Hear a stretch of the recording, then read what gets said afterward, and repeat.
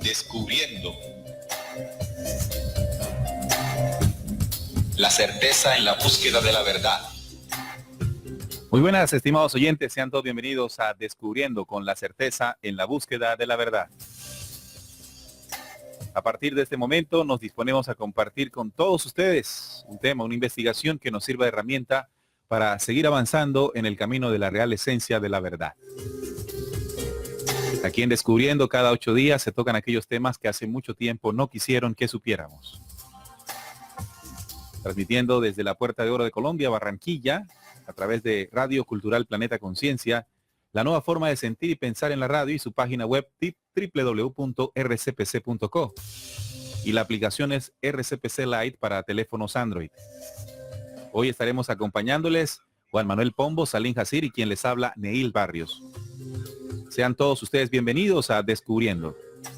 La pertinente aclaración antes de empezar esta investigación, este conocimiento que vamos a entregarles, y es que lo que se expone aquí, lo que se estudia aquí, no se presenta como una verdad absoluta. Es un compartir de conocimientos que invita al oyente a ampliarlos, a comprobarlos, a ratificarlos, a sumarle incluso lo que también se sabe.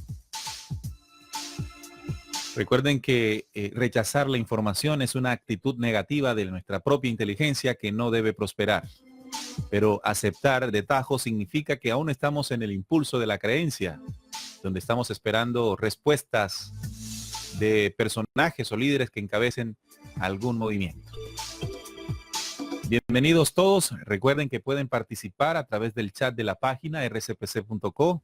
También pueden escribirnos al WhatsApp 304-361-5881, o también pueden escribirnos a través del chat del Facebook Live, porque también estamos transmitiendo en vivo y en directo a través de la señal de streaming de video del Facebook, a través de la página de Radio Cultural Planeta Conciencia en esta red social. Un fuerte abrazo de corazón a corazón a todos ustedes y sean bienvenidos. El tema que vamos a compartirles hoy tiene que ver con Palestina en los tiempos de Jesús. Vamos a conocer esos aspectos que rodearon el contexto histórico, geográfico, cultural, religioso, militar, político, del lugar donde vivió Jesús, donde se desarrolló Jesús, donde se presentaron aquellos acontecimientos trascendentales para la espiritualidad humana. Vamos a conocer con esta investigación detalles que nos van a hacer comprender aún más el mensaje y el conocimiento entregado por Jesús, así como también le mencionó Daniel en su capítulo 9, ¿no? 9, cuando habla, 9:7, cuando habla del anciano de días, el poder de la segunda venida, así fue referido por este profeta hace 2600 años, para que hoy tengamos la interpretación clara de los acontecimientos que estamos viviendo. Ok, saludamos a todos los oyentes que ya están conectados. María Elena Beleño, también Ronnie Rivera, Alex Cruz desde Perú, también está Ruiz Díaz Marisa, también Verónica García. Un fuerte abrazo para todos ustedes que se conectan a esta hora a www.rcpc.co. Alex Aranzales, Teresa Meriño, desde México nos saluda también. Otro oyente, Karen Alun, se unió a la transmisión en Facebook Live. Y saludamos también en el chat Dorita. Buenas noches a todos, a la mesa de trabajo cada día más interesada en aprender de Dios con la ayuda de ustedes. Hola muchachos, buenas noches. Un saludo para también Ignora Reflex. Este es Ignorante Reflexivo. Este es nuestro compañero Armando Escándalo. Armando Silva, un fuerte abrazo para él. Y también para Sonia. También hicieron parte de la mesa de Descubriendo en el año 2012, si no estoy mal. Hicimos unos temas muy interesantes. Recuerdo aquel del sincretismo que hizo la iglesia con relación a los santos. Fue un tema muy interesante. Los mercaderes de la fe, creo que se llamó en aquel entonces.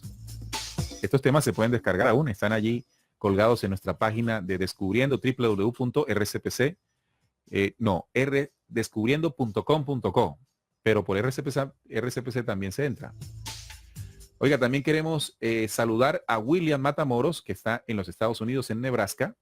Él se ha unido también editando los videos y montándolos en YouTube, en su canal, que bueno, ya se ha convertido en el canal también de los programas de Descubriendo. Despierta es el tiempo. Ahí pueden ver ustedes en YouTube los programas de Descubriendo. Es decir, hay muchas formas de ver el programa. Bien, vamos ahora, amigos. Primero le doy la bienvenida a Salim. Hola, Salim, bienvenido. Hola, Neil, un saludo para ti, para Juan y para los oyentes que ya empezaron a sumarse a la sintonía, esperando el desarrollo del tema de Palestina en los tiempos de Jesús. Va a ser muy interesante porque podremos conocer ese contexto histórico en el cual se desarrollaron los acontecimientos que partieron la historia humana en dos. Esto sin duda nos ayudará a comprender muchas de las enseñanzas, muchos de los ejemplos y de las situaciones que ocurrieron en torno de la vida de Jesús. Entonces, bueno, sean todos bienvenidos y como siempre esperamos sus comentarios. Ok, Juan, bienvenido. Bueno, un saludo para ti, Neil, para Salim y para todos nuestros queridos oyentes que hasta ahora se encuentran en sintonía. Vamos a estar analizando un poco el movimiento de cómo fue ese tiempo de Jesús y tratar de también compararlo en este tiempo para ver qué provecho le sacamos a esa información. Sí, si queremos comprender la riqueza del mensaje de Jesús el Cristo, la grandeza de su persona, su lenguaje, sus comparaciones, debemos entonces estudiar, como lo haremos en este programa, e intentar conocer cómo era esa región donde vivió Jesús, cómo era esa región en aquel entonces, qué grupos sociales y religiosos habían, qué problemáticas políticas y económicas existían. De este modo entenderemos mejor no solo la persona y el mensaje de Jesús, sino cómo él desbordaba y trasciende en su misma época para convertirse en centro y clave de la historia humana. Esa es el hecho, lo importante de lo que queremos hoy hacer. Y lo primero que tenemos que referirnos para empezar nuevamente, inmediatamente, es referirnos a esa región geográfica, ¿no? Haciendo una referencia de Mateo 4:23, cuando allí se lee: recorría toda Galilea, enseñando en las sinagogas y proclamando el evangelio del reino, curando las enfermedades y dolencias del pueblo. Su fama se extendió por toda Siria y traían todos los enfermos aquejados de toda clase de enfermedades y dolores, endemoniados, lunáticos y paralíticos, y él los curaba. Y le seguían multitudes venidas de Galilea, Decápolis, Jerusalén, Judea y Transjordania. Todo esto está referido en Mateo 4:23 al 25. Nos damos cuenta que este versículo nos muestra, nos reseña el lugar, ¿sí? El espacio donde él accionó, donde él realizó durante estos 3 años, los últimos 3 años de su vida en el planeta Tierra, donde fue que realizó su función. Palestina, ¿no? Palestina, allí fue, que significa realmente tierra de filisteos. Palestina, tierra de filisteos. Filisteo, una agrupación, ¿no? Una población que existió en aquellos tiempos.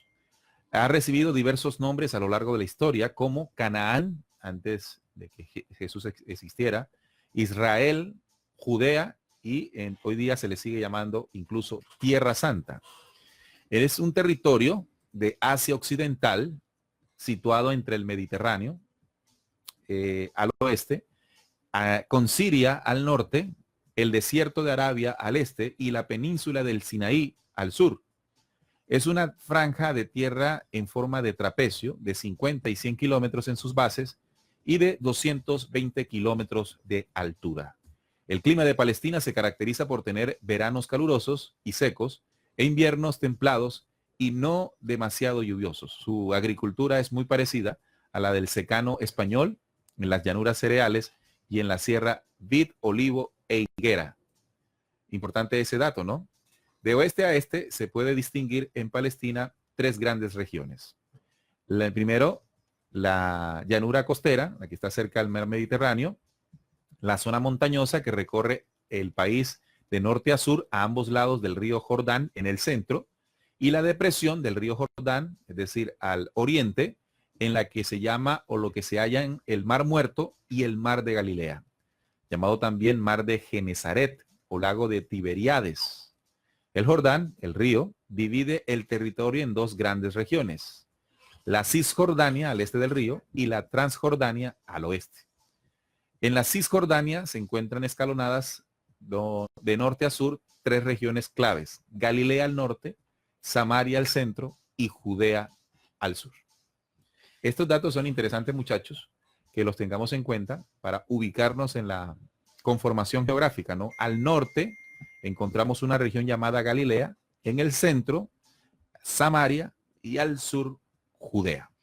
Sí, bueno, para referirme un poco a lo que es la tierra de Canaán desde sus orígenes, puesto que ese ha sido el lugar donde pues se desenvolvió la historia de Jesús, que es la que estamos tocando hoy en ese contexto de aquella época, pero también un lugar que ha sido determinante en muchos procesos de disputas, incluso militares y religiosas, incluso políticas. Bueno, cuando hablamos de esa tierra de Canaán, habría que remontarse incluso a la época de Noé. Recordemos que Canaán se le nombró así por aquella población que habitó allí desde sus orígenes, y estos eran descendientes de uno de los hijos de Noé. Noé tuvo 3 hijos, Cam, Jafet y Sem. Exacto. Cam, Jafet y Sem. O Sem en el orden de, digamos que de edad. Exacto, de edad. Sem, Cam y Jafet, que era el menor. Que era el moreno, dicen. Sí, exacto, y era el menor de los 3. Entonces, cuando esto lo dicen libros apócrifos, cuando luego del diluvio, que vuelven a retomar a tierra, Noé les reparte como herencia, obviamente auspiciado por su Dios, Yahvé, la repartición de esos territorios. Estamos hablando de lo que es el viejo continente, ¿no? Lo que es África, Asia y Europa. Entonces, lo que le correspondió a Sem, el mayor, fue todo lo que es la península arábica y Asia. A Jafet le correspondió todo lo que es Europa, todo lo que es Europa, y a Cam todo lo que es África. Sin embargo, pues cuenta la historia de que Cam, digamos que entre comillas, ocupó ese terreno de lo que hoy estamos hablando, la tierra de Canaán, ocupó ese terreno que no le pertenecía, sino que pues supuestamente en la repartición le correspondía a Sem. Entonces de ahí viene toda esta disputa porque de cananitas y semitas. De cananitas y semitas. Siendo los semitas los judíos. Exacto, de ahí desciende el pueblo judío, y de Cam desciende los cananeos. Lo que pasa es que Cam tiene unos hijos y uno de ellos se llama Canaán, uno de los hijos de Cam. Y sobre él es que cae la maldición de Noé, cuando Cam lo ve desnudo y él le dice, maldito sea Canaán, siervo de siervo será. Entonces, allí lo que ocurre es que esta tierra desde ese momento toma el nombre de uno de los hijos de Cam, que es Canaán, porque ahí habitó Canaán y su descendencia. De ahí entonces la disputa. De ahí la disputa, y de ahí entonces el nombre y el por qué aún estos territorios pues siguen con esa división. Quería mencionar esto, claro, para entender el nombre, de dónde viene. Ya en los tiempos de Jesús, amigos oyentes, recordemos lo que les dije hace un momento, se divide el país en 2 regiones, si vamos de este a oeste, ¿no? Cisjordania y Transjordania. Y de norte a sur, o de sur a norte, en 3 regiones, Galilea, Samaria y Judea. Vamos a hablar ahora de Galilea, ¿verdad? Que es la región al norte, en la región también de Cisjordania. ¿Ok? Es una región montañosa al norte de Palestina con una fértil llanura. Esa es una de sus principales características. Bordeando el mar de Genesaret, o también conocido este mar como de Galilea, ¿no? El mar de Galilea. Es un lago realmente, pero es tan grande que tiene la apariencia de un mar. En su parte montañosa están las poblaciones de Naín, de Nazaret, recordemos esta región, y Caná. La llanura del mar de Galilea era abundante en cereales. Recuerden que es una tierra, era una tierra muy fértil. Allí se cultivaba frutas, olivos y vid. Cuando hablamos de vid, estamos hablando de uvas. Así como en pescas y derivados, porque estaba allí el mar de Galilea. Allí estaban las ciudades de Cafarnaún, donde se menciona mucho en los documentos bíblicos, Corazín y Bexadia. Betsaida también se menciona mucho en el documento bíblico. Recuerden que estamos aprendiendo de esto para entonces enlazar con las enseñanzas del Cristo. De Galilea era oriundo Jesús, es decir, la familia de Jesús vivía en Galilea, exactamente en Nazaret, una ciudad de Galilea al norte. Una ciudad que si vemos bien en el mapa de aquel entonces, estaba pegadita o cerca al mar de Galilea. Las ciudades que estaban pegadas al mar de Galilea era Cafarnaún, Magdala. Recuerden cuando hablamos de la María Magdalena. Decimos Magdalena porque María era oriunda de una ciudad de Galilea, Magdala. ¿Sí? Y Corazín, otra, ¿no? Caná estaba un poco más retirado. Del otro lado de Transjordania habían otras ciudades como Betsaida, ya es atravesando la parte occidental. Bien, ahora recuerden que de Jesús es de Nazaret, ¿no? Vivió hasta el comienzo de su vida pública allí. De allí que el lenguaje de Jesús, estimados oyentes, está plagado de comparaciones agrícolas y pesqueras. Él siempre utilizó el lenguaje agrícola en sus parábolas para transmitir su mensaje. O también el lenguaje pesquero. Cuando hablaba, por ejemplo, de la pesca del final, los 153 peces grandes, la red lanzada al lado derecho, como le enseñó a sus discípulos, lanzar la red al lado derecho para pescar los peces grandes. ¿Sí? Y cuando también hablaba pues del cegar, del sembrar, de que se lanza la semilla en tierra fértil o en tierra que está llena de espinos, todo ese lenguaje tiene que ver con la tradición agrícola en la cual Jesús creció. El trigo y la cizaña también. El trigo y la cizaña también. Bien, también gran parte de sus discípulos, de los 12 apóstoles, eran de esta región, del norte de Galilea. En Cafarnaún, por ejemplo, ciudad costera allí pegadita al lago o al mar de Galilea, Pedro tenía su casa. En ella descansaba Jesús a menudo después de los viajes recorridos por todas las aldeas de Galilea. O sea, es decir, que los primeros mensajes que Jesús entregó cuando empezó su proceso fue allí en Galilea. Sí, su región. Esa zona, sí.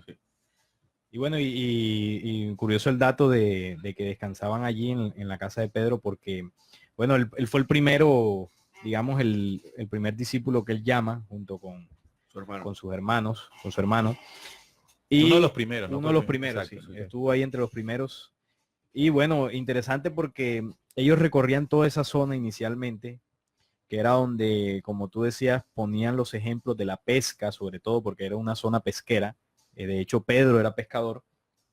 Y Jesús aprovechaba el contexto de, digamos que la actividad más comercial, vamos a llamarlo así, la actividad donde la gente pues se buscaba el alimento y también el sustento diario para dejar la enseñanza. Por eso es que la gente en aquella época le entendía. Sin embargo, lo poderoso de esto, que es lo que vamos a desarrollar a lo último, es cómo ese mensaje de Jesús, que lo pronunció en aquella época, trascendió el tiempo para dentro de esa simbolociencia dejar un mensaje para las generaciones futuras. Eso es lo poderoso del mensaje de Jesús. Me llama la atención, Juan, antes de que hagas tu aporte, en el comparativo. Tú decías algo muy claro y es que él utilizó, el estudio que estamos haciendo, Jesús utilizó comparaciones agrícolas y pesqueras para transmitir su mensaje. Es decir, lo que hacía, lo que sucedía a su alrededor. O sea, en el contexto en el que él se encontraba, así colocaba. Para darse a entender. Ahora, si nosotros hoy queremos transmitir un mensaje para hacernos entender, tenemos que utilizar la misma dinámica que enseñó Jesús. Sí. Porque si queremos hablar en un lenguaje que no sea el que habitualmente las personas están enseñadas, el mensaje no va a llegar. Claro, no será fácilmente entendido. Entonces Jesús demuestra allí una inteligencia de utilizar elementos que están a su alrededor para transmitir un mensaje y sea entendido. Claro. Bueno, a mí también me parece importante resaltar algo. Con todo esto que nosotros estamos relatando, vemos que Jesús y sus apóstoles, a diferencia como lo vemos ahora, eran unas personas pues normales, que se valían de lo que tenían en el contexto para darse a explicar y no eran personas dioses o santos como nosotros los vemos. No, eran personas comunes y corrientes. Evidentemente tenían una capacidad interior para darse a conocer y para transmitir el mensaje. pero en todo el relato que nosotros vamos a estar haciendo, nos vamos a dar cuenta de la sencillez de las personas, de los humanos que fueron. Claro. Entonces recuerden que Jesús, si bien no nació en Nazaret, porque Jesús no nació en Nazaret, pero sí era de Nazaret. Su familia era de Nazaret, solo que en los tiempos de Herodes dio la orden para hacer un censo, y la instrucción o la orden del censo decía que tenían que desplazarse hacia las regiones originales de sus descendientes, ¿no? Entonces allí es donde Jesús va al sur, ¿sí? La familia de Jesús, no había nacido todavía Jesús, María estaba encinta de Jesús, viajan al sur, a Judea. Recuerden que Judea es una de las regiones de Palestina al sur, y allí hay una ciudad que se llama Belén. Allí fue donde nació Jesús, en Belén. Luego de la persecución que se dio por parte de Herodes el Grande para que mataran a todos los niños menores de 2 años, la familia de Jesús decidió irse hacia Egipto para salvaguardar a Jesús, el Cristo. Luego, después que pasa toda esta persecución, vuelven a su región natural, a Galilea. Y ahí es donde crece y se cría Jesús, en Nazaret. En Nazaret. Por eso se le conoce como Jesús de Nazaret, pero él nació en Belén, en Judea, al sur. Bueno, además, por haberse fusionado la población con extranjeros allí en Galilea, no judíos de religión, los galileos no eran bien vistos por los judíos fervientes que llamaban a la región, Galilea de los gentiles. Así le llamaban a Galilea a los judíos más fervientes u ortodoxos. Algo así como el distrito de los ateos. Sí, Galilea era considerado eso. Así es. Básicamente, ¿por qué? Porque era una población con muchos extranjeros, sí, no judíos. Y entonces la religión judía en muchas personas no estaba, digamos que muy bien asentada, y habían otras creencias. Quizás por eso se entiende también en uno de los contextos de la vida de Jesús. Por eso en muchos judíos desconfiaba del mensaje de Jesús, porque era oriundo de allá.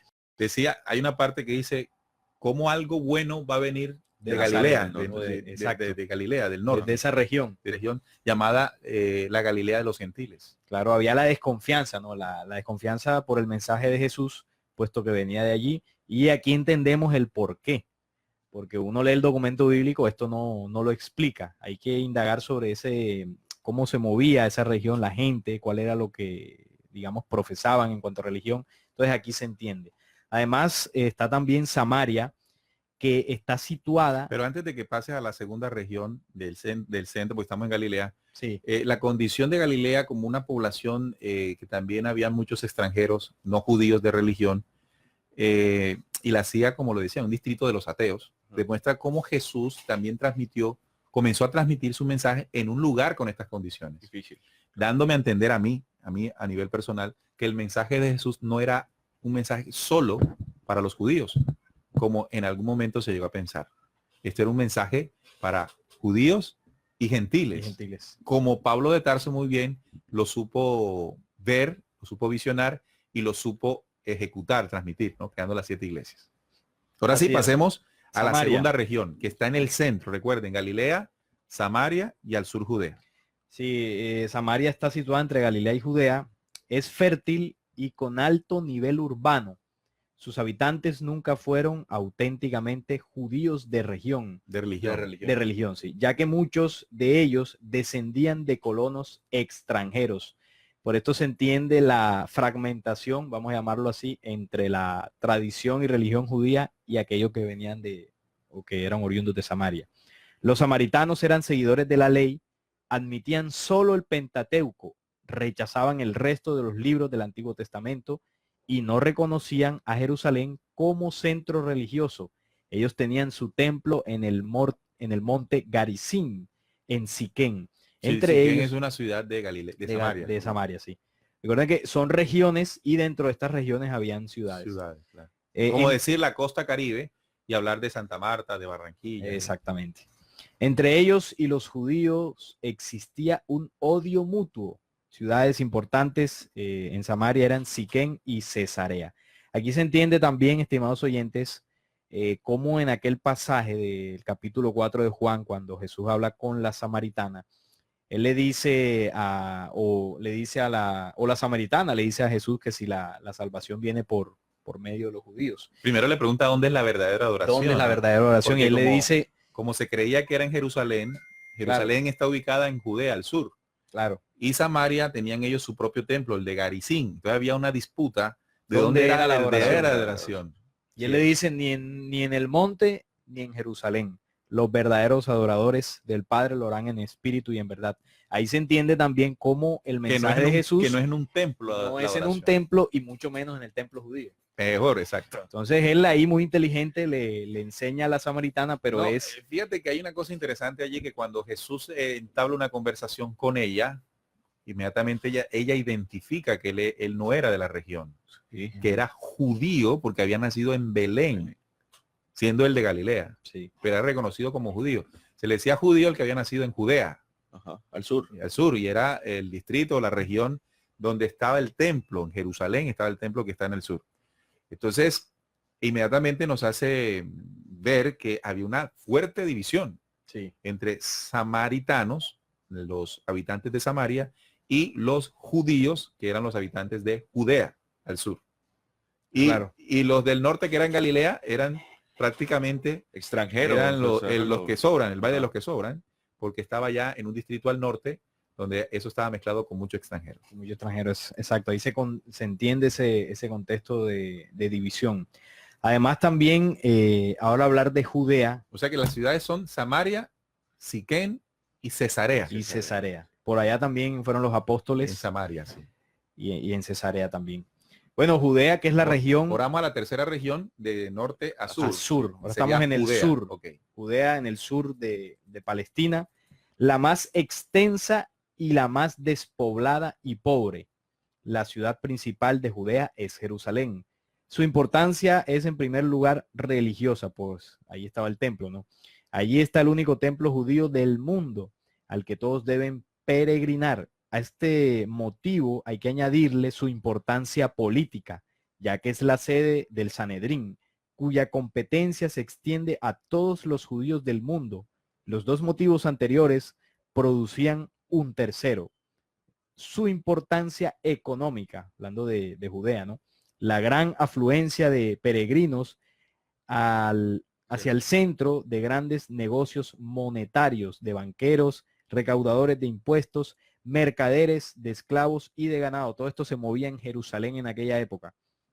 Además, otras ciudades importantes de Judea son Hebrón, Belén, Emaús, Betania y Jericó, la ciudad residencial de los sacerdotes de Jerusalén. Allí vivían. Bueno, la organización política en ese momento, esto está en Lucas 3 del 1 al 2. En el año 15, el reinado del emperador Tiberio, es decir, en ese momento Roma, que era, digamos, que la autoridad política de la zona, de la región, tenía un emperador que era quien, digamos, administraba esa zona, y era el emperador Tiberio, siendo Poncio Pilato el gobernador de Judea. Bien, vamos primero a concluir la composición geográfica de Palestina en cuanto a Judea. Judea, la población más extensa, la región más extensa, pero más despoblada por una sencilla razón, y era que era la zona más desértica al sur, porque ya está llegando allí al desierto. Sí. Y me llama la atención cómo Jerusalén está ubicada en un lugar más desértico y no en lugares un poco más fértiles como Galilea o la misma Samaria. Solo que al parecer estos dioses, el dios Yahvé, muy parecido a la adoración que se presentó en la antigua Sumeria, también regiones bastante áridas, ¿no? Desértica, sí. Desérticas, mientras que esto se parece mucho. Parece que la ubicación del templo para estas entidades extraterrenas de tipo negativo, como lo fue Yahvé, el tetragramatón, no el Dios verdadero, como ya lo hemos denunciado en muchas oportunidades en Descubriendo, al parecer la ubicación en desiertos parece estratégica. Si no, recordemos también las pirámides de Egipto, que están en una región muy seca, donde para que llueva por allí es complejo, ¿verdad? Entonces me llama poderosamente la atención. Y la otra cosa de Judea es que allí se establece, como está el templo en la región de Judea, en Jerusalén exactamente, se ubica el Sanedrín. El Sanedrín como esa autoridad religiosa, incluso también con alguna injerencia política para controlar esta región. Ahora sí hablemos de esa organización política. Ya pasamos de la geográfica a la política. No, y aparte, un punto que quiero agregar aquí en esta parte es que una de las poblaciones más importantes de esa región es Jericó. Y Jericó actualmente es una de las ciudades que más exporta armamento, crea y exporta armamento en la actualidad. Entonces también para tenerlo en cuenta, porque pues allí también hay que analizar esa situación del por qué en esa región precisamente es donde está uno de los mayores mercados de armas. Claro, en Judea está ubicada Jerusalén, Jericó, Belén, donde nació Jesús, Emaús, y otra muy importante es Qumran.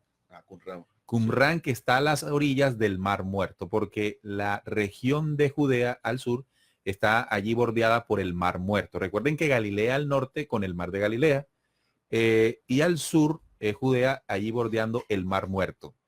Qumran es muy importante hacer la referencia porque allí fue donde se fueron los de la comunidad del Qumraní. ¿Sí? Los esenios. Los esenios que descubriendo el falso Dios que adoraban los judíos, ellos se fueron de Jerusalén, del templo de Jerusalén, y se fueron hacia Qumran y allí establecieron su comunidad que estuvo en este lugar más o menos unos 100 o 200 años, que fue después destruida por los romanos cuando fue incendiada. Muy interesante este dato porque quedaba muy cerca a Jerusalén, bueno, no, ni tan cerca, pero sí en la región de Judea. Qumran, allí fue donde se descubrieron los rollos del Mar Muerto, en Qumran. Así es. En unas cuevas desérticas allí. Recuerden que esta región es más desértica que cualquier otra cosa. Sí, bueno, ahora vamos con la organización política. Yo leía el capítulo 3 de Lucas, versículos del 1 al 2, donde dice que en el año 15 del reinado del emperador Tiberio, siendo Poncio Pilato gobernador de Judea y Herodes virrey de Galilea y su hermano Felipe virrey de Iturea y Traconitide, y Lisanio, virrey de Abilene, bajo el sumo sacerdocio de Anás y Caifás, vino la palabra de Dios sobre Juan, hijo de Zacarías, en el desierto. O sea que en este versículo de Lucas 3, 1, 2, nos dice la organización política. Claro. Es decir, quienes gobernaban a Palestina. Claro, primero estaba el emperador Tiberio, el emperador romano. Sí, luego, porque recordemos que en esa época Roma era el imperio gobernante de toda esa zona. Roma dominaba esa zona. El emperador era Tiberio, pero tenían un gobernador en ese, ya más específicamente en territorio palestino, o más bien en Judea, que era Poncio Pilato. Pero a su vez, pues Roma necesitaba de otros, como lo llama aquí, virreyes o gobernadores más pequeños, vamos a llamarlo así, para que administraran las regiones. Por ejemplo, Herodes en Galilea, que fue donde Jesús comenzó su proceso. Y había un hermano de él, como lo dice aquí, Felipe, estaba en Iturea y Traconitide, y Lisanio estaba en Abilene, otras zonas. Entonces, desde el punto de vista religioso, quienes gobernaban el sacerdocio era Anás y Caifás en el templo de Judea. Así que en el año 63 antes de Cristo, Pompeyo conquista Jerusalén. Pompeyo es un emperador romano y Palestina pasa a depender del poder de Roma. Eso fue en el año 63 antes de Cristo. Cuando nace Jesús, cuando nació el anciano de Días, gobierna en Roma el emperador Octavio Augusto. Él lo hizo del 31 antes de Cristo al 14 después de Cristo. Es decir, que ese fue el emperador de Roma que estaba ahí establecido. Cuando Jesús muere, el emperador era Tiberio, quien empezó cuando salió Octavio Augusto, que fue del 14 después de Cristo al 37 después de Cristo. Es decir, que cuando los del Sanedrín sonsacaron al gobernador romano o al prefecto romano, que era el que delegaba el poder de Roma en esta zona, a quien se referían, cuando decías que eres enemigo del César o del emperador, se referían a Tiberio, que era quien gobernaba el imperio romano. En los territorios conquistados, Roma hacía algo muy particular. Procuraba conservar las costumbres de esas localidades. Se reserva la política exterior, controla la moneda, es decir, la economía, y los caminos, y exige un tributo elevado. propio de todos los imperios, eso no ha cambiado. Sí. Sí, todavía Eso estamos en siempre la ha sido misma. así. Para conseguir estos fines se sirve de hombres fieles. Así que entonces, una de las características de Roma era que buscaba conservar las costumbres. Si bien llegaba y gobernaba, estableciendo la política, la economía, ¿sí? Y el militarismo. Y el también. militarismo, dejaba que allí se movieran las costumbres tradicionales. Eh. De allí por eso es que tú ves que las fiestas, todas estas festividades, Roma siempre las respetó. Sí, exactamente. Otra, bueno, es evidente que dentro de esta época, uno de los personajes más destacados allí era Pilato. Y Pilatos, en la investigación que tenemos, se describe como un hombre inflexible, de carácter arbitrario y despiadado, y le acusa de venalidad, robos, ultrajes, amenazas de acumular ejecuciones sin previo juicio, de crueldad salvaje e incesante, procurador frío y hostil a los judíos, poco comprensivo con sus tradiciones religiosas, provocó con una residencia no violenta cuando cuando por engaño introdujo en Jerusalén, ciudad sagrada de los judíos, estandarte con la imagen del emperador. Exigió a los judíos que le entregaran dinero del tesoro del templo para construir un acueducto que resolvería el problema de agua en Jerusalén. Acordémonos de la posición geográfica de Jerusalén y el problema pues que tenían evidente con el agua, Claro. exactamente. Entonces, bueno, esta es como la característica que veían de Pilatos en De esa Pilatos. época. Fíjense entonces que para conseguir controlar estas regiones, conservando las costumbres locales, pero imponiendo el orden romano, se valía entonces Roma de hombres fieles, como por ejemplo el judío Herodes, el Grande. Recuerden que hay dos, Herodes el Grande y Herodes Antipas. Herodes el Grande es que está gobernando Galilea mientras nació Jesús. Luego de esto muere él y toma el poder su hijo Herodes Antipas, que es el que comienza a contender con Juan. Con Juan, sí. El, Que es el que manda a cortarle la cabeza a Juan. Que es el que termina mandándole a cortar la cabeza a Juan por Herodías. Se llamaba así la chica, la esposa del hermano de él. Incluso. Sí, o sea, se conquistó a la cuñada, por decirlo así. Sí. Y Juan lo denunció. Sí, lo denunció Hombre, fuertemente. y no le gustó. No le gustó No, para nada. Tanto que lo metió en un pozo allí hasta que Herodías le pidió la cabeza. Roma lo utiliza para gobernar, lo utilizó Herodes el Grande, no Antipas, sino el Grande, el primero, lo utilizó para gobernar la Palestina ocupada por Roma. Fue puesto por el senador romano como rey y se le conoce a este tipo de cargo rey vasallo para toda Palestina. Para toda Palestina. Gobernó desde el año 37 a.C. al 4 a.C. Estaba obsesionado por mantener su soberanía mediante dos métodos. Estar siempre al lado del que mandaba en Roma y también eliminar a los que podían aspirar a su puesto. De hecho, hizo ejecutar a dos de sus hijos, Herodes el Grande, a dos de sus hijos acusados de tramar su destitución. Hizo muchas obras públicas, entre las que se encuentra la reconstrucción del templo, por eso se le llama el templo de Herodes. El segundo templo se llama el templo de Herodes, y la edificación de un teatro y de un anfiteatro romano en Jerusalén. En el terreno económico, su reinado fue próspero. Me llama la atención entonces esto de la reconstrucción del templo. Si bien el primer templo lo conocimos como el templo de Salomón, porque fue quien lo construyó, el hijo de David, Salomón, el templo oscuro de Yahvé, ¿no? Sí. Fue Cuidado destruido. por Asmodeo. ¿Cómo? Cuidado por Asmodeo. Por Asmodeo, por un demonio. Sí. Luego fue destruido por Nabucodonosor en el 580 y algo. 70 años después se les permitió por parte de los persas, Ciro les permite a los judíos regresar y reconstruir el templo. Así se mantuvo hasta los tiempos de Herodes, que gobernó en el 37 a.C. y al año cuarto después de Cristo. Pero él, no, antes de Cristo, perdón.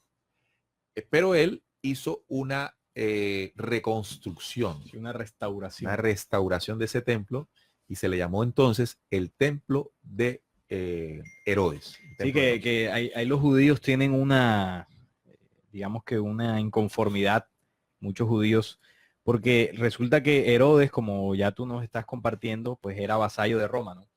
Y sabemos que gran parte de los judíos no estaban de acuerdo con que, pues, su comunidad, de su raza, estuvieran con el imperio gobernante que les cobraba impuestos, que gobernaba en la zona. Entonces ellos consideran, no, muchos de ellos no consideran ese segundo templo como en honor a Herodes.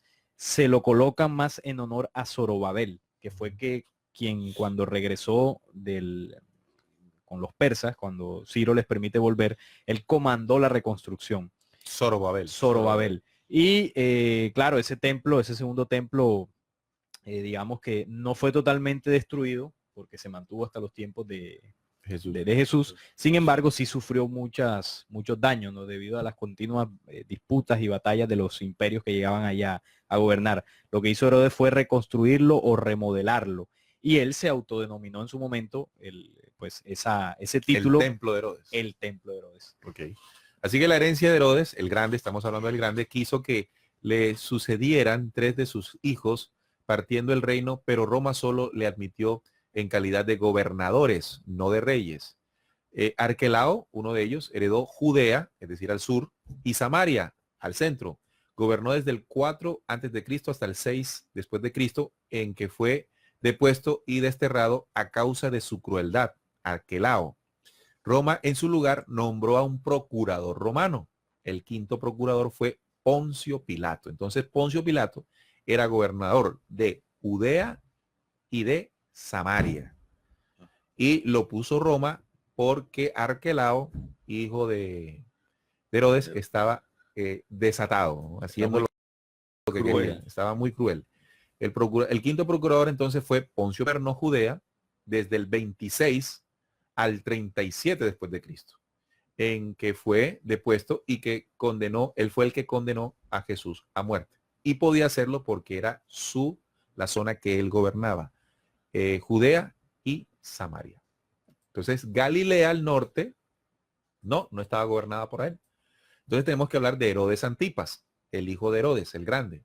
Gobernó Galilea y Perea al oriente, desde el año 4 antes de Cristo al 39 después de Cristo. Y aquí se entiende algo, ¿no? Cuando Jesús es llevado por los judíos, por el Sanedrín, a donde Pilatos al ver que él era Galileo, de la región de Galilea, entonces decide enviarle al emperador, o mejor, al gobernador de Galilea, para que él decidiera la suerte de Jesús. Así que es llevado ante Herodes. ¿Ya? Y ahí es donde Herodes, pues, lo ve y no... Herodes Antipas. Sí, el Herodes Antipas. Sí. Sí, no el papá, que ya había desaparecido. Pero sí Antipas, que es el que le dice, no, este tipo no tiene ninguna... Y se lo devuelve otra vez a... Ningún pecado. Lo desprecia ni siquiera. Sí, lo desprecia. Lo despreció, sí. Se burló de Jesús. No le presta atención. No le prestó atención. Y lo devuelve nuevamente a Pilatos, allá en Galilea, en Judea. Sí. Bien, entonces repudió a su mujer y se casó con Herodías, lo que estábamos contando, mujer de su hermano Filipo, ¿sí? Con lo cual se ganó los reproches contundentes de Juan el Bautista. En el momento de la prisión de Jesús, de la pasión de Jesús, perdón, se encontraba en Jerusalén para celebrar la Pascua, y Pilato, al saber que Jesús era Galileo, se lo llevó. Así entonces, recordemos este dato de Herodes Antipas. Él se metió con la mujer de su hermano Filipo y bueno, ahí se formó el zafarrancho. Claro, ahí es donde Juan como decimos aquí en la costa, le dijo unas verdades en la cara y eso desató la furia de Herodes. Y está con la mujer de tu hermano. Imagínense, se lo decía delante de todo el mundo. Y Herodes temblaba.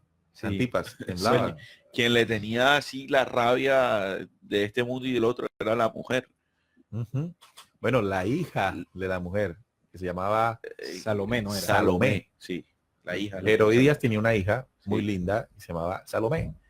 Y Salomé hizo con Herodías ahí un pacto a Herodes Antipas, y luego pedir la cabeza de Herodes. Claro, porque el pacto era que, porque la hija de Herodías y la misma Herodías más que todo, ella quería acallar a Juan.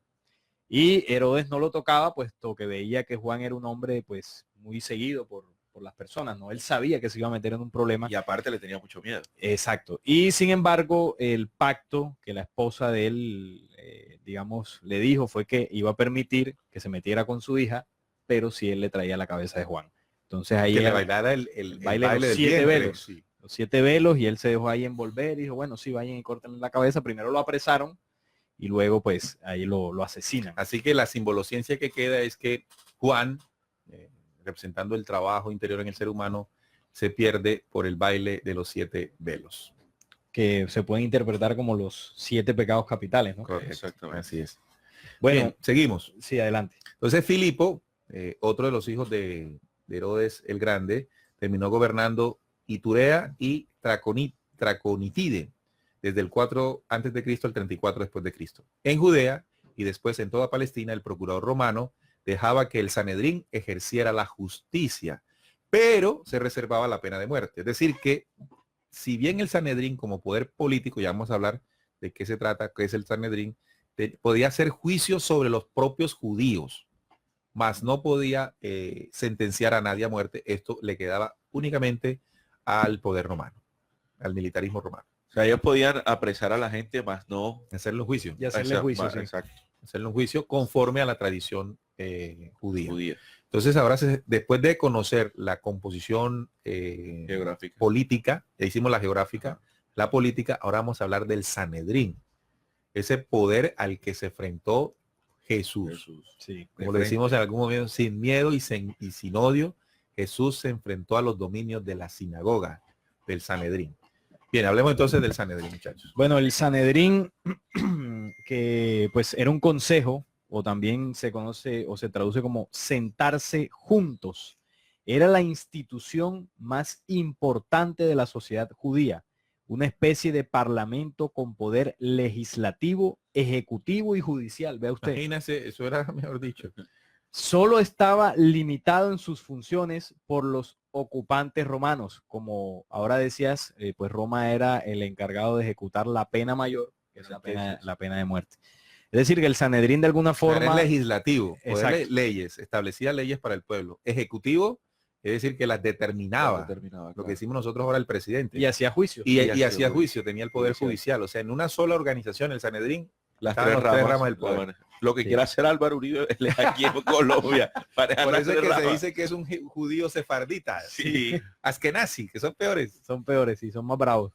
Bueno, dice aquí más sobre el Sanedrín. En la época de Jesús, el Sanedrín constaba de 71 miembros que se elegían de entre estas 3 clases. Por una parte, los ancianos, representantes de la aristocracia laica, los sumos sacerdotes retirados y los miembros de las 4 familias de los que se elegían generalmente los sumos sacerdotes. Y el tercer grupo, que eran los escribas o doctores de la ley, pertenecientes a las o los que hacían las veces o al partido de los fariseos. Bueno, repito los 3 grupos que componían el Sanedrín. Los ancianos, todos estos judíos, por supuesto, Sí, los claro. ancianos, los sumos sacerdotes ya retirados, o sea, los que ya pues habían cumplido su Por ejemplo, función. en el tiempo de Jesús, cuando le están haciendo el juicio, había uno de estos retirados. Bueno, fue sumo sacerdote. Me refiero a Anás.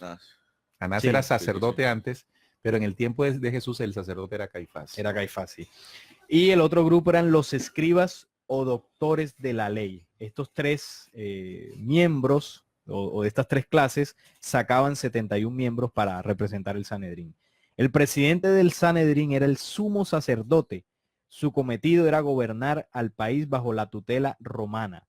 Los sumos sacerdotes de la época de Jesús fueron Anás, del año 6 al 15 después de Cristo, y Caifás, su yerno, desde el 16 al 37 después de Cristo. O sea que Anás era suegro de Caifás. Era suegro de Caifás. Sí, señor. O sea que ese poder siempre estaba en las familias. Sí, siempre Claro, estaba como ligado. Las familias, sigue unas sucediendo. élites que gobernaban. Igual que los sumos sacerdotes que salen de una misma casta judío, que es la Leví. Claro, y fíjese que eso no ha cambiado. O sea, No. eso se mantiene y se sostiene a lo largo de las sociedades. Ellos en el mantienen mundo. sus tradiciones. Bueno, y también aquí queda claro que, bueno, la parte del derecho, la parte que ahora mismo vemos, la tutela, ya vemos el origen de...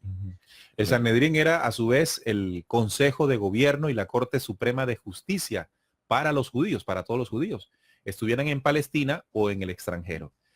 ejercía la justicia según las leyes judías sobre la Torá, ¿no? Sí. Que eran reconocidas como las leyes del imperio que eran reconocidas como leyes del imperio para todos los judíos de los países sometidos a Roma.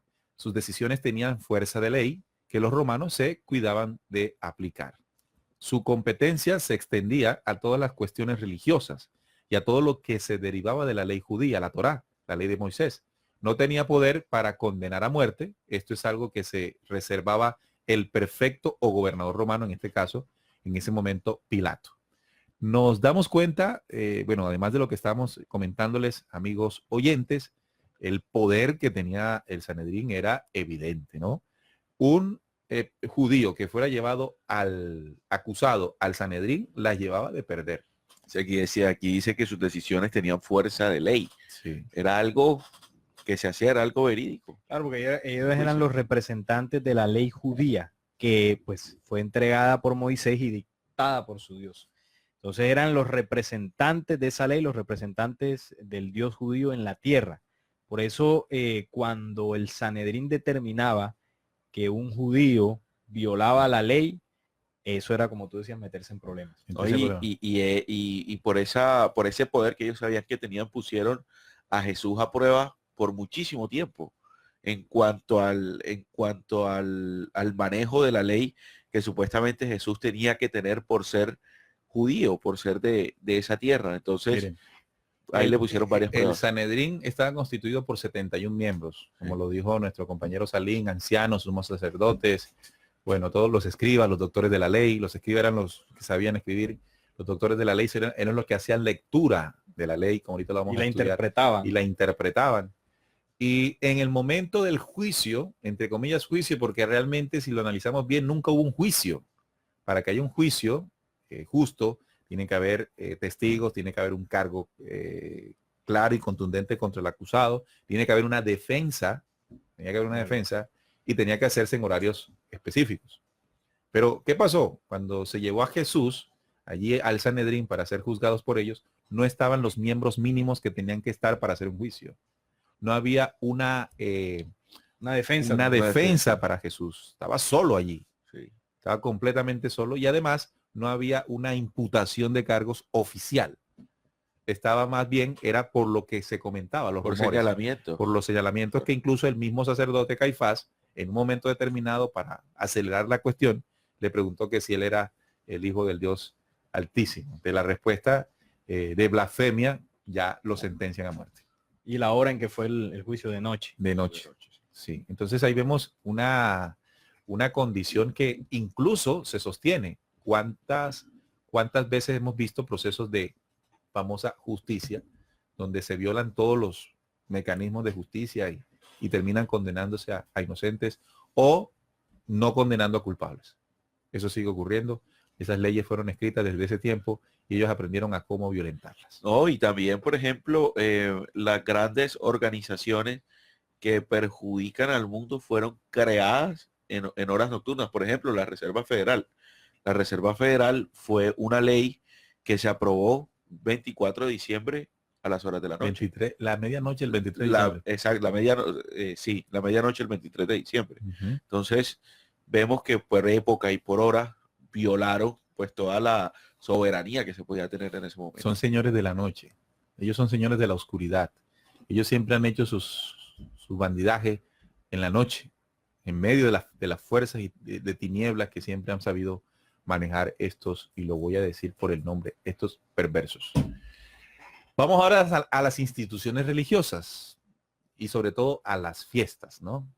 Las tres fiestas de peregrinación son las más importantes y reúne al pueblo junto al templo de Jerusalén en la región de Judea y refuerzan la fe de la religión judía.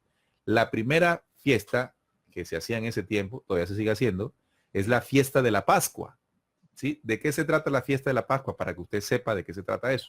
Que se celebra también allí en la religión católica. Ajá. Desde Constantino eso se mezcló. Eso es una fiesta judía. Y nosotros los occidentales, que decimos ser católicos, heredamos esa tradición. Desde el Concilio de Nicea. Entonces, eso lo que se celebra es la liberación de los judíos del Éxodo. lo que conformó el éxodo, la liberación de Egipto y el éxodo para llegar a la tierra prometida por Yahvé, no por Dios, sino por Yahvé, esta entidad negativa. En esta ocasión acuden unas 200,000 personas, peregrinos a Jerusalén, al centro de la fe, la tarde del 14 de Nisán. Ese es el día que se celebra la Pascua. El 14 de Nisán. Nisán es un mes hebreo, del calendario hebreo, judío. Se inmola en el templo a los corderos, que la familia come después de ponerse el sol. La fiesta se prolonga durante 8 días. Eso dura la Pascua. Se celebra a primeros o mediados de abril del mes de abril nuestro, del calendario gregoriano. Su fecha cambia al igual que nuestra Semana Santa, a causa del calendario lunar coincidía con la primera luna llena de primavera. Así que lo que es la Pascua coincide con nosotros en la costumbre occidental, Semana Santa. Semana Santa. La otra festividad es el Pentecostés, que es 50 días más tarde de la Pascua. De la Pascua, sí. Fue primero la fiesta de la cosecha, pero pasó a ser luego, en la época de Jesús, la celebración del don de la ley en el Sinaí. Fiesta de la alianza y renovación de esa alianza.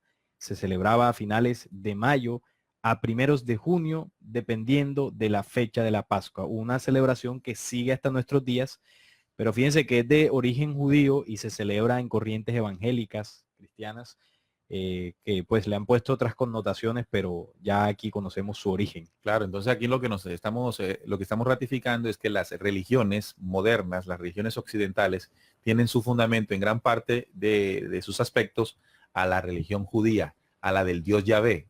Se han mezclado las tradiciones. Claro, por supuesto. Otra de las fiestas más importantes es la fiesta de las tiendas o de las chozas. Es la más espectacular para recordar la estancia en el desierto.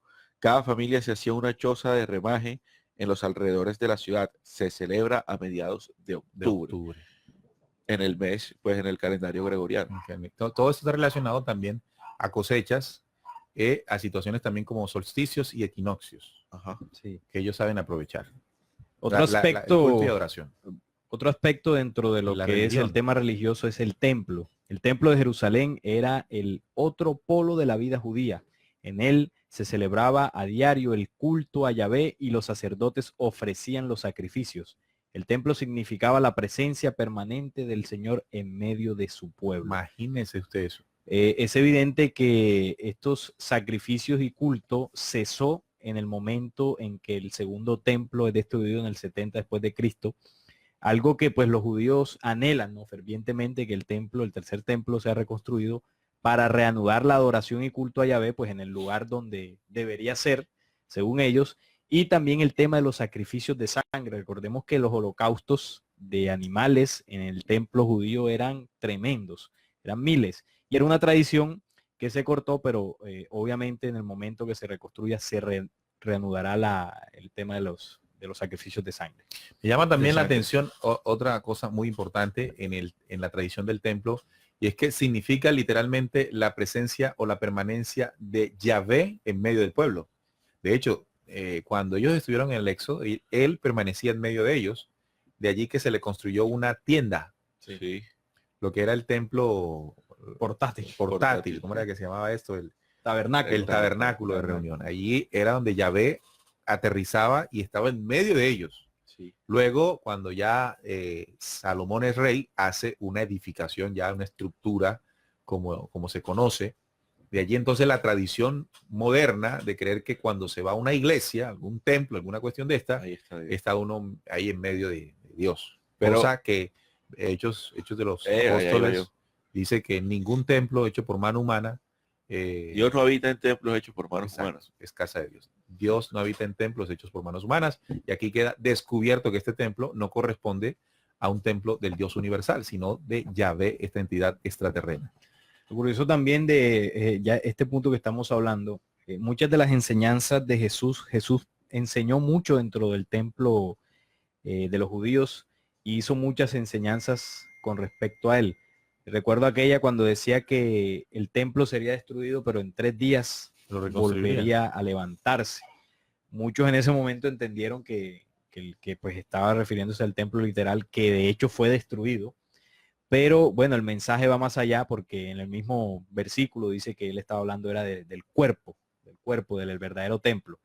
Y pues él enseñaba dentro de este templo, y lo curioso es que él enseñaba del Dios verdadero en el templo del falso Dios de Yahvé. Y esto, por supuesto, a los judíos Claro, los sacaba de casillas. pero si al principio hablamos de que Jesús, siendo de Galilea, del norte, de Nazaret, utilizó el ambiente habitual donde las personas se desempeñaban, que era la agricultura y la pesca, hombre, si él quería hablar del templo como casa de Dios, que es el cuerpo de nosotros, él tenía que utilizar elementos que estuvieran a su disposición.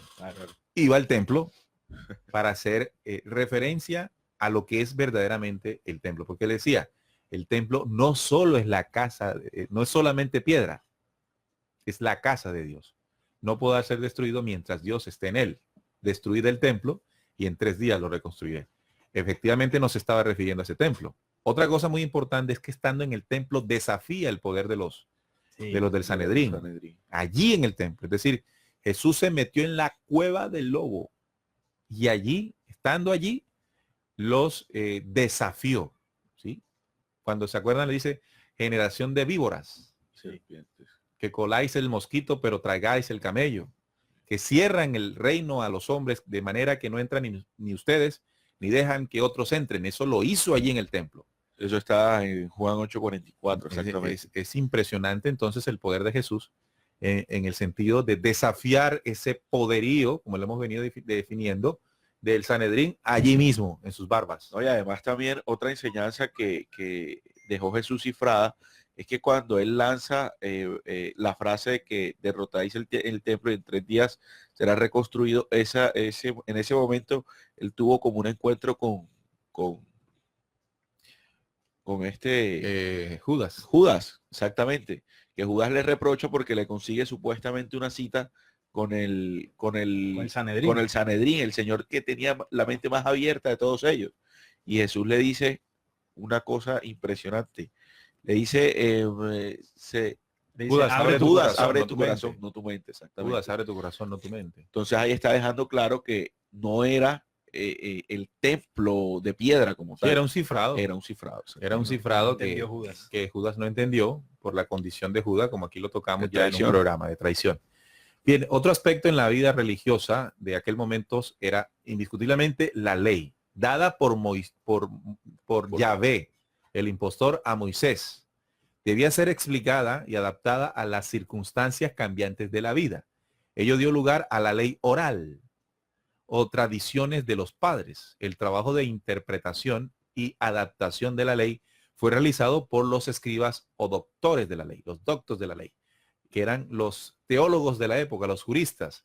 En tiempos de Jesús, muchos pertenecían al partido fariseo. ¿Han escuchado ese término, verdad? Sí. Los fariseos, los escribas y fariseos. Los escribas y los fariseos eran los doctos de la ley. Su función era hacer la interpretación y adaptación de la ley de acuerdo a lo cambiante de la vida.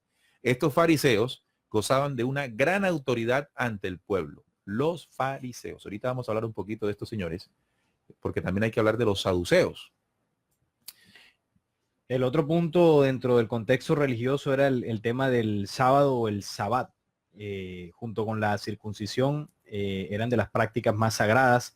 Era el día dedicado a Dios y al descanso.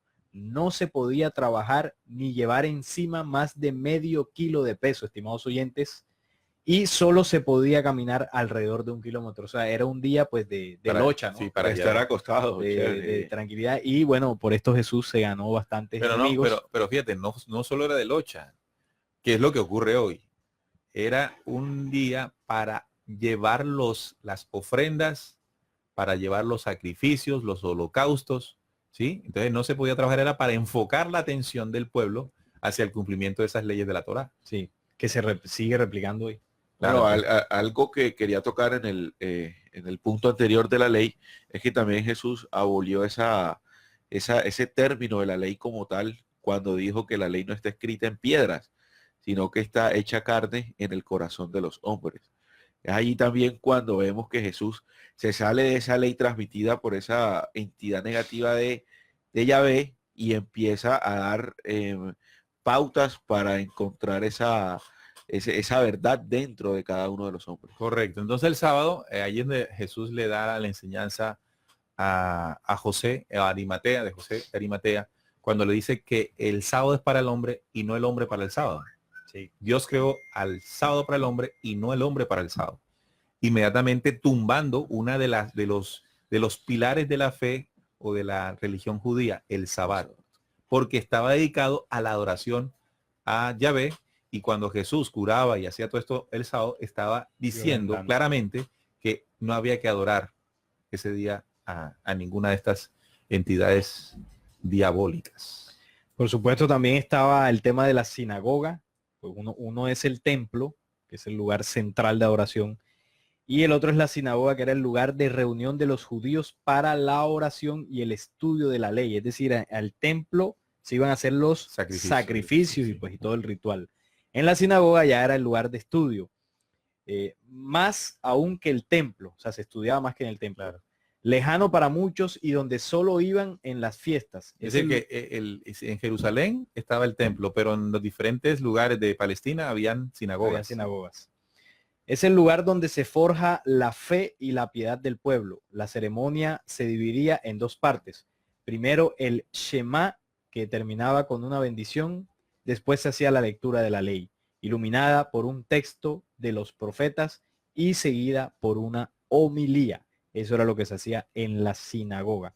Habían también grupos socioreligiosos. Esto que se hace en la sinagoga no está muy lejos de lo que se enseña, de lo que nosotros vemos en la religión católica cuando asistimos a sus misas, a sus prédicas. Claro.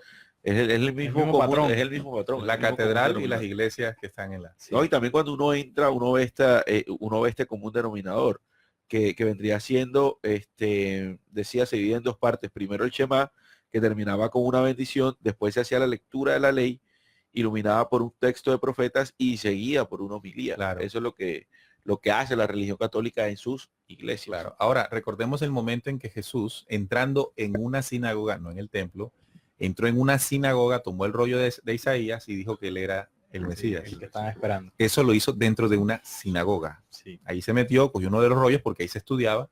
Estos señores estaban estudiando ese día. Él llegó allá, de atrevido, ¿no? Sí.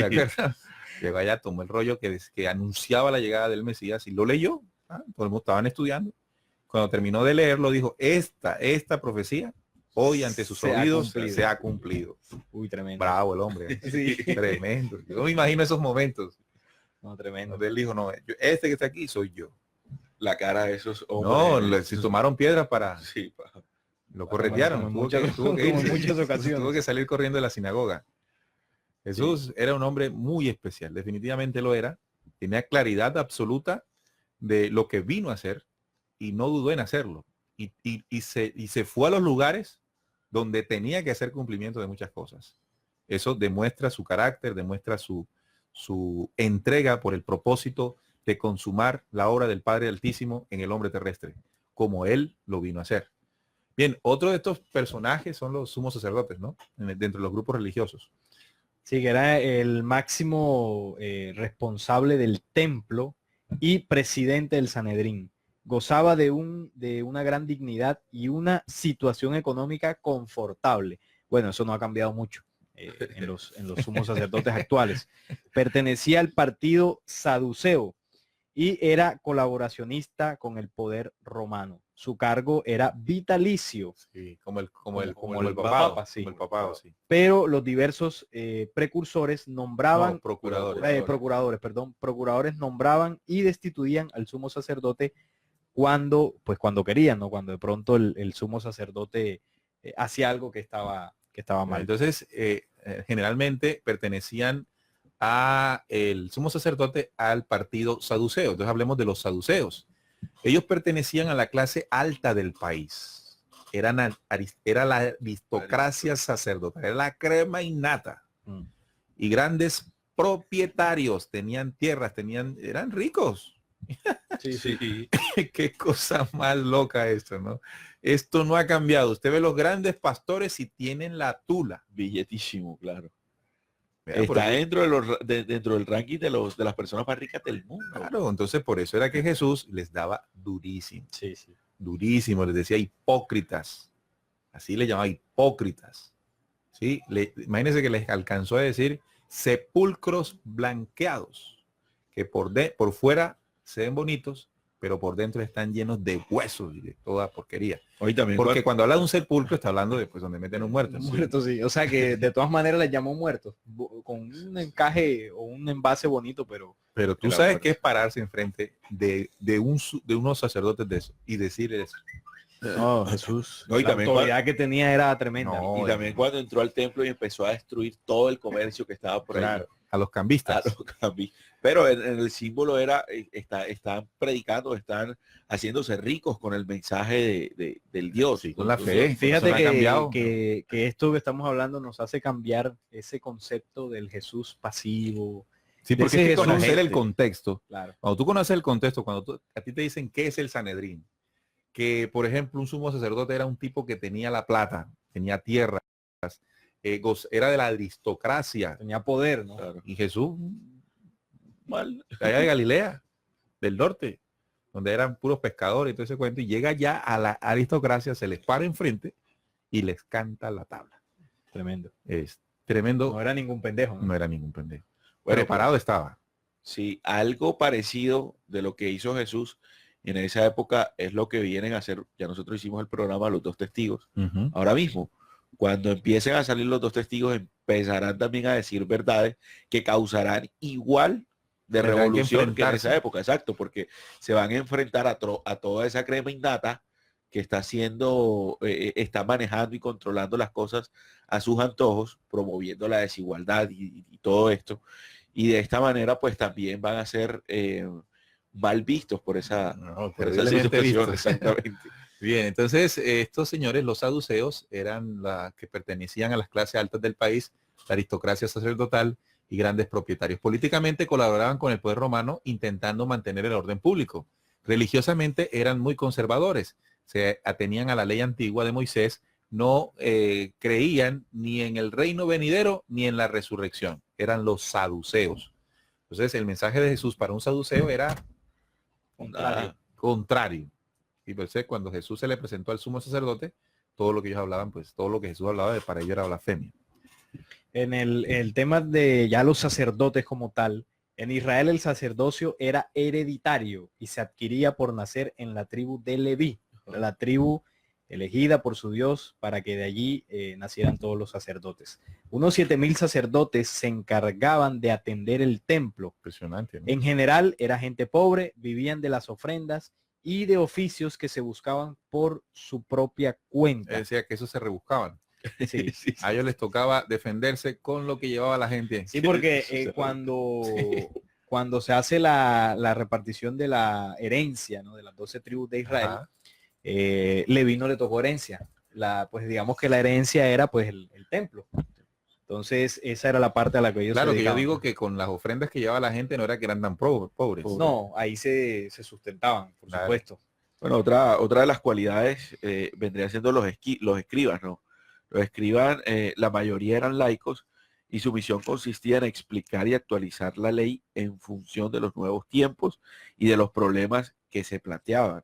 Es decir, ellos con todo el pleno conocimiento que tenían la ley lo iban adecuando de acuerdo a las circunstancias que estaban viviendo en ese Eran momento. los estudiosos. Eran los estudiosos. Ok.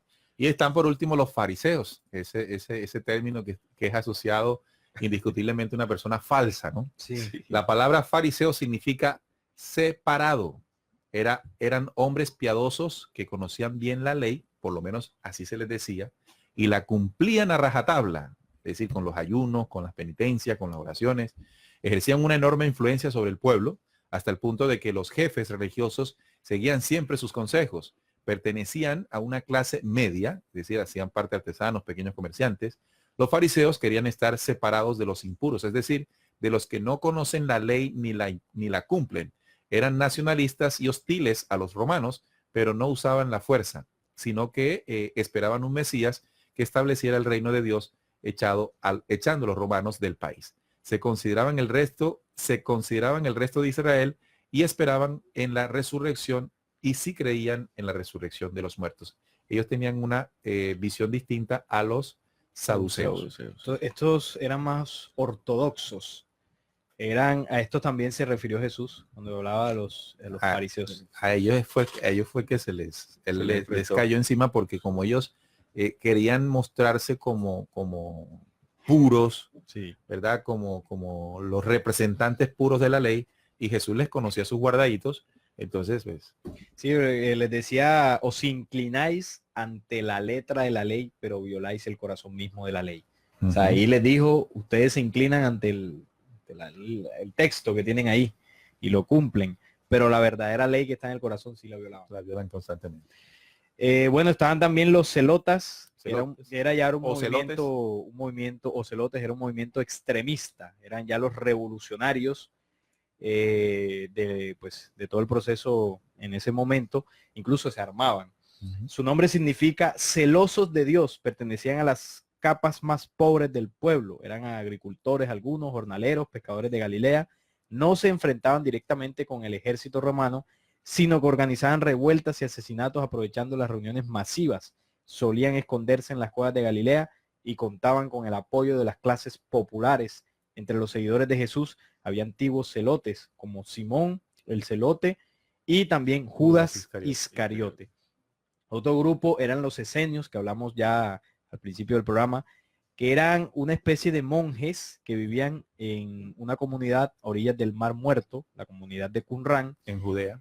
esperaban la venida de dos mesías, uno político y otro religioso, que restableciera la justicia, el final del pecado y la restauración del imperio de Israel. Bueno, aquí lo que hay que aclarar es que los esenios, siendo judíos, perteneciendo al templo de Jerusalén, en su momento y por su estudio descubrieron, por el estudio de las profecías de los antiguos profetas, descubrieron la adoración falsa a Yahvé. Y allí es donde ellos deciden apartarse del templo y conformar su comunidad en Qumran, a orillas del Mar Muerto, denominándose de esta manera los esenios. De allí sale el maestro de justicia. Allí sale el maestro de justicia, que era quien, digamos que era el guía de los esenios, el maestro de justicia, un personaje enigmático en la historia. Claro, hay otras personas que aseguran que estos fueron los primeros gnósticos. ¿Por qué? Porque ellos hicieron estudio del conocimiento, no se significa conocimiento. Y ellos al leer, al investigar sobre aquellos textos antiguos, muchos de estos textos se les conocen como los textos intertestamentarios. Son textos que están escritos en un periodo entre lo escrito en el Antiguo Testamento y lo del Nuevo Testamento. En esos textos, los intertestamentarios, se encontró una gran información que les sirvió a ellos para determinar, por ejemplo, el tema que más adelante se encontró del libro secreto de Juan. Era un conocimiento que se conoció de la rebelión, el Albaos, todo esto. El origen perfecto. El origen perfecto, todo aquello. Y ellos sabían que el Mesías que esperaban los judíos era uno y el Mesías que estaba promovido por los verdaderos profetas de la ley era otro, que tenía el poder en su palabra. Se estaba refiriendo o se referían a Jesús. El maestro de justicia hizo algo no muy bueno en su proceso de tratar de mantener a los esenios juntos, como eran todos judíos, y fue mezclar parte de la tradición hebrea, judía, de la ley de la Torá, con las enseñanzas que habían descubierto del verdadero Mesías, del Cristo. Y allí entonces fue su gran equivocación, el maestro de justicia. Sí, bueno, ya el resto era el pueblo, que pues era la clase inferior de todos estos grupos que hablamos antes, la plebe, compuesta fundamentalmente por habitantes del campo, muchas veces el mismo... O sea, Jesús perteneció al pueblo. Sí. Jesús no, en la estructura política, religiosa, no hacía Era parte de nada, era de la plebe. Sí, algunos y eran más de una región, de una región como Galilea. Galilea, sí. Peor aún. Peor aún. Que no eran tan bien vistos por los otros grupos. Ellos no conocían de la ley más que lo fundamental y ni siquiera eso cumplían. Pertenecían a este grupo de jornaleros, curtidores, carniceros, pastores y todos aquellos cuyos oficios eran considerados impuros. Era la gran masa del país. También está el tema de las mujeres, ¿no? En ese contexto. La mujer no tenía los mismos derechos civiles ni religiosos que el hombre. Una mujer dependía totalmente de su padre hasta la edad de 12 años. A esta edad se celebraban normalmente los matrimonios, desposorios. Sí, casarse. Y un año después tenía lugar el matrimonio. A partir de entonces la mujer pasaba a depender totalmente del marido. Este podía divorciarse y la mujer no podía hacerlo. Oiga, qué cosa. En el templo la mujer no podía pasar del atrio reservado a los gentiles y a las mujeres. O sea, tenían un lugar ahí específico. En cambio, ya los hombres judíos sí podían avanzar o estar por cualquier lugar del templo. La mujer no podía pasar, no podía hacer culto en la sinagoga. Sí, se le llamaba el patio de los gentiles. Ahí nada más podía estar. Ahí sí. No jugaba ningún papel tampoco dentro de lo que se hacía en la sinagoga, solamente se limitaba a escuchar. En los juicios su testimonio no valía. En resumen, la mujer estaba considerada como una menor de edad y una posesión del hombre. Ese era el contexto de la época sobre el tema de la mujer. De alguna forma, cuando uno lee pues los textos de aquella época, recordemos que los apóstoles eran judíos. Luego cuando llega el mensaje de Jesús les cambia la visión, pero ellos seguían teniendo ciertas cositas, ¿no? Que no habían dejado del todo. Por ejemplo, el tema de Pedro con la circuncisión, muchas veces disputó con Pablo, pero uno lee las cartas de Pablo y tenía algunas cosas todavía. Oiga, Pablo se la tenía contra de las mujer. mujeres, sí. Lo de Pablo era sistemático con la mujer. Sí. Sí, estaba afincado más que todo a esto que Salín acabó de decir, y eso también nosotros lo podemos analizar. Por ejemplo, aquí en la costa norte colombiana hay una población que es la Guajira. La Guajira también es una zona desértica con ciertas tradiciones, y también tienen a la mujer como en Una propiedad. como en esa perspectiva. Claro. Entonces, el origen del machismo y de todo eso ya vemos claramente de dónde viene. Ahora, también es importante en este contexto de la mujer es saber cómo Jesús estuvo rodeado de mujeres. Sí. Exacto. Y edificó a la mujer. Edificó a la Puso mujer. el ejemplo con la Magdalena. Exactamente. Cuando le dice, yo no te condeno, levántate y no peques más. Varios momentos Jesús trató a la mujer como en su tradición no se trataba. Puso muchos ejemplos. Por ejemplo, cuando hablamos de la samaritana, sí. Ahí puso o sea, el ejemplo. ese diálogo que Un Jesús judío tuvo, eso no no se tendría. tenía. Era mujer y además samaritana. Por eso es que Y ella Jesús también, se acerca y tiene una exacto, conversación por eso con es que ella también lo logra identificar de que no era de él. No, ella esa quedó tierra. extrañada Claro. cuando Tú es que judío me tú hablas. siendo judío me hablas. O sea, ella quedó completamente extrañada de la actitud diferente de Jesús. Esto es muy importante. Y luego aparecen los marginados. Además del pueblo y las mujeres, en la sociedad palestina había grandes grupos marginados por distintas causas, la religiosa, morales y racistas. Esa era la sociedad en la que se movió Jesús. Por ejemplo, los publicanos. Ellos eran marginados porque cobraban, ella los de impuestos. Uno de ellos fue Leví, Sí. que después se convirtió en Mateo. Pero todavía son marginados porque a nadie le gusta estar. Por arriendo de los romanos, los tributos sobre las mercancías importadas. Para que les quedara algo de ganancia, tenían que cobrar algo más del tributo, es decir, algo para Roma, y les quedaba a ellos algo. Cometían muchos abusos y el pueblo en general los odiaba y los tenía por ladrones. Entonces recuerden que en algún momento Jesús estaba predicando en la casa de Pedro y estaba curando y todo este cuento, y llegó un publicano, un cobrador de impuestos, su nombre era Leví, y cuando llegó, pues todo el mundo le puso la cara, evidentemente, pues no era bien recibido. Jesús notó eso, Jesús notó que no era bien recibido y dijo, pues yo quiero ir a tu casa. Como no eres bien recibido aquí, quiero ir a tu casa. Y resulta que este publicano, Leví, evidentemente, pues por tener todos estos recursos que ganaba cobrando el tributo, tenía un zafarrancho en su casa cada fin de semana. Y hasta allá fue Jesús a predicar. Cuando eso lo supieron, los discípulos, los primeros discípulos, le dijeron, ¿cómo tú vas a entrar allá y te vas a contaminar? Y dijo una frase célebre. De cierto os digo que ellos allá están más cerca al reino de los cielos que ustedes que están cerquita a mí. Imagínense escuchar eso. Sí, tremendo. Por una sencilla razón, el que está perdido en el pecado lo sabe, lo admite, mientras que el que se cree que no tiene pecado, No, y no lo cree que es oculta. santo Sí. y no lo oculta, exacto. Sí, no es ni frío ni caliente. ni Está nada. definido en el error, Exactamente. por lo menos. Pero el que se cree santo y no es santo. Claro. Defiende una santidad inexistente. Por eso él dice, estando cerca de mí, no tienen tan cerca el reino de los cielos como ellos, que si se arrepienten, lo logran. Habían otros marginados por ser enfermos, sobre todo de la piel. En aquel entonces ser leproso era, mejor dicho, y de afecciones mentales o nerviosas, personas con epilepsias o cualquier tema que se le llamaba inmediatamente endemoniados. Se veían absolutamente apartados de toda la vida social, incluso de la religiosa. Los minusválidos, los cojos, los ciegos, los paralíticos, eso era gente de poca monta, frecuentemente convertidos en mendigos, eran otro tipo de marginados. Así, también entendemos cómo Jesús se acerca a este tipo de personas, a los enfermos, ¿verdad? Se acercó a un publicano y lo convirtió en uno de sus discípulos. Pero también se acercó a los enfermos, a los despreciados.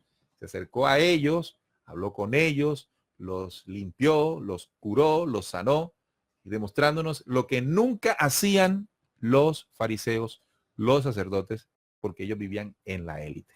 Se ensuciaba de pueblo, siendo de pueblo, ¿no? Claro.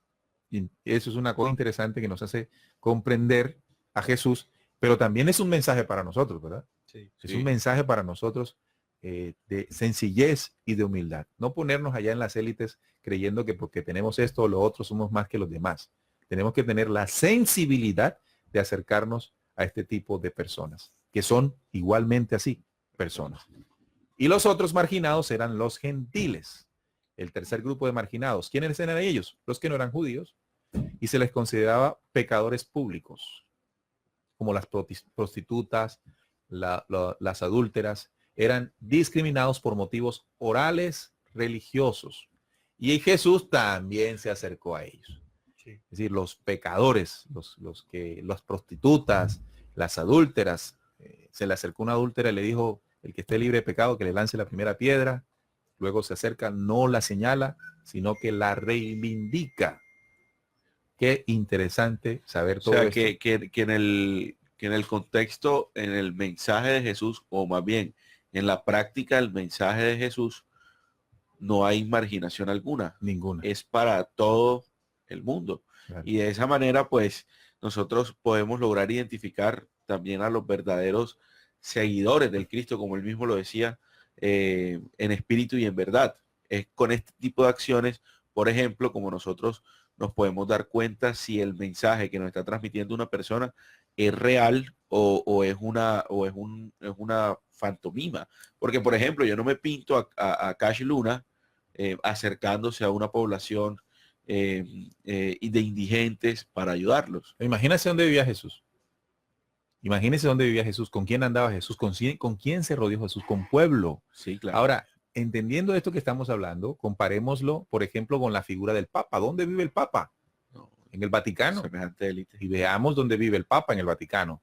Veamos dónde vive, por ejemplo, Cash Luna, que tú hacías la referencia. ¿Dónde viven los grandes líderes religiosos de la actualidad?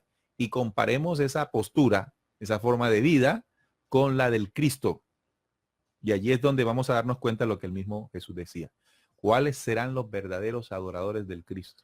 El Padre. A mí otro personaje que también me causa bastante curiosidad fue el tema de Francisco de Asís. Francisco de Asís fue un joven bastante lucrado porque sus padres tenían muchísimo dinero, pero él, teniendo esa voluntad siempre de ayudar al pueblo, él se despojó de toda esa élite de la que él podía heredar y empezó a ayudar a las personas más pobres. Empezó también, le encantaba mucho tratar con los animales. Claro, mira que tú tomas un ejemplo muy importante con San Francisco. ¿Cómo vamos a llamarle San Francisco? Francesco, como se llamaba, él era italiano. Sí. Y este personaje, teniendo el billete que tenía, porque como tú decías, era de familia de plata, él se ocupó, él notó algo en las reuniones de la iglesia o en las, ¿cómo se llama esto? En el culto. Sí. Y era que quienes entraban a las iglesias y quienes ocupaban los primeros puestos y se sentaban cómodamente en ellas, era la aristocracia. Y en la medida en que eso se vaya llenando de aristócratas, lo que sobraba era para el pueblo. Y afuera quedaban los marginados de la sociedad. Entonces, ¿hacia dónde vio Francisco? Así fue donde nació, ¿no? Sí, sí. Francesco de Bernardoni. Ese. Francesco Di Pietro Bernardoni. Di Pietro Bernardoni. Este señor, siendo parte de la iglesia católica, siendo un monje, vio eso y dijo, hay que hacer algo por esta gente. Y él comenzó a construir un templo con ellos. Los invitó y les dijo, vamos a hacer un templo para ustedes. Y allí él formó esta buena obra. Un hombre de la iglesia con una sensibilidad distinta, y que también fue llevado a juicio por el Vaticano por haber hecho eso. A propósito, claro. A propósito, y después misteriosamente el Vaticano adoptó la orden de Francisco de Asís. Los franciscanos, creo que le llaman ahora. Yo me sé la historia de Francisco de Asís porque yo estudié en un colegio franciscano. Ah, te la enseñaron desde pelado. Sí. Pero también me pareció, porque me vi una película en donde incluso él estaba en una reunión con varias gente del pueblo y empezó a desnudarse como símbolo de que se estaba despojando de lo que él podía heredar y empezó a caminar hacia el pueblo, empezó a ayudar a la gente. Entonces fue algo que lo vi desde pequeño, me impactó mucho y pues quedé con ese mensaje. O sea, él en esa edición camina en la dirección opuesta a la que estaba caminando la Iglesia Católica, que era una iglesia de élite, una iglesia completamente a lo que el Cristo enseñó. De allí es que nos tenemos que preguntar si realmente la Iglesia Católica es la representante del mensaje de Cristo, cuando ellos mismos dicen que el primer papa fue Pedro. Hombre, no seamos tan ingenuos. Por favor, ya el tiempo de la Inquisición, ya el tiempo de la mentira de la Iglesia Católica, ya el tiempo de nuestra inocencia terminó, se agotó. Ya hoy somos distintos, hoy pensamos, hoy tenemos la capacidad de investigar y conocer, hoy investigamos sobre la Palestina en los tiempos de Jesús y pienso que nos ha servido para comprender muchas cosas. Aquí nosotros hablamos de algunas, pero sé que los oyentes, mientras escuchaban, podían estar haciendo los enlaces de lo que ellos conocen de la vida de Jesús y comprender mucho más. Eso realmente nos parece muy importante y muy valioso y enriquecedor en el programa de hoy. Bueno, muchachos, hemos llegado al final, son las 9:03 de la noche y hemos llegado al final de el programa.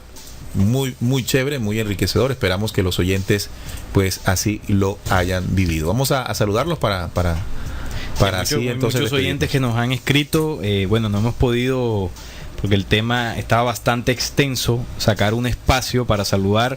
Pero bueno, por ahí está Ricardo Alonso, Marta Cerón, está Carol PM también, Alejandro Pizarro, Andrés Felipe Rivera, Neri Cajal, Grelis León, Mayita Junior, Wilfrido Méndez, Samari Mejía, Ronnie P. Rivera, Sandra Vanderlein, bueno, muchos oyentes, Ruiz Díaz, Marisa, Teresa Meriño desde México, que siempre nos saluda, Marta Manzano, Sammy Rivera, nuevamente por acá nos escribe, Co-Creando con Los Ángeles, Alex Cruz nos saluda también en Facebook, en el Facebook, ¿no? Reinaldo Ceño, también está Alex Aranzales, nos saluda también por acá Enrique Quique, oyentes fieles. Mire lo que dice Carol PM, dice: Jesús todo frentero, haciendo todo lo contrario de los judíos.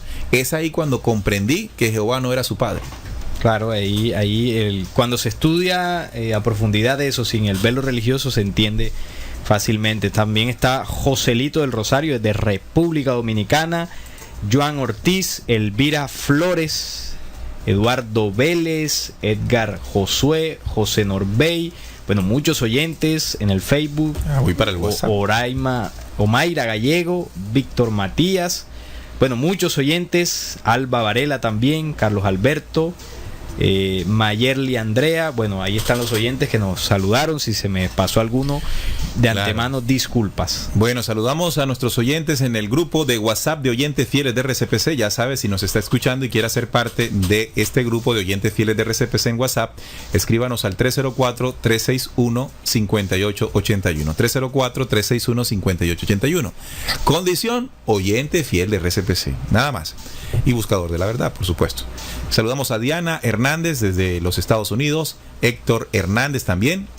También saludamos a Doris Pomares, que nos escucha en Santa Marta, Armando Barrios en la ciudad de Barranquilla, Alberto Cano, a Nancy Bracho en Venezuela. Además también saludamos a Doris, otros oyentes que también están conectados, Omaira Gallegos, por supuesto, en el Valle del Cauca. También saludamos a Alejandro, que está en Argentina.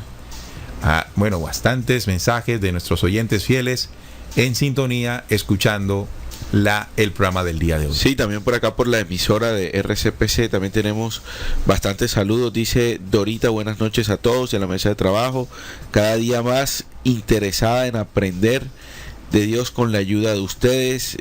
Dice ignorante reflexivo, sigo reflexionando sobre mi ignorancia.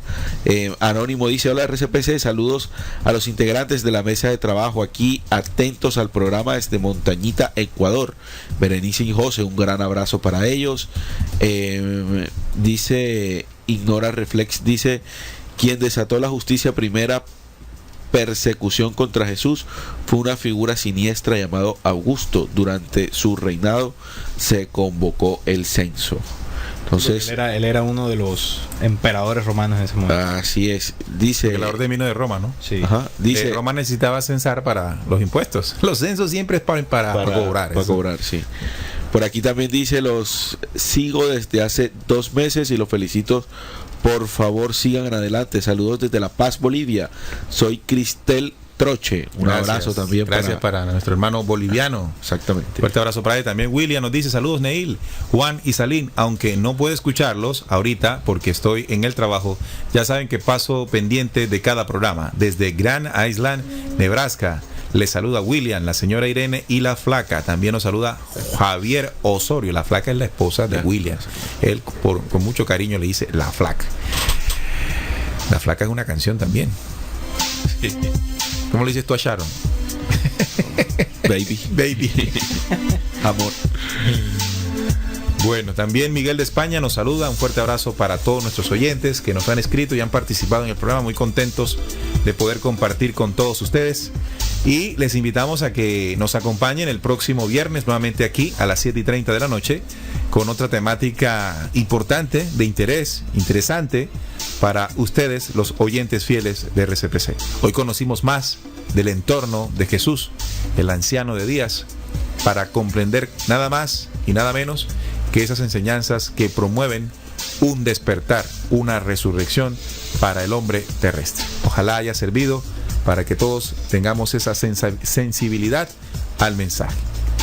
Gracias. Regresamos el viernes. Pueden descargar nuestros programas en la página de la emisora. Recuerden ver nuestros videos, darles like, suscribirse y recomendar estos videos y programas a otros más para que juntos podamos encontrarlos. Gracias, que estén muy bien. Recuerden, descubriendo con la certeza en la búsqueda de la verdad.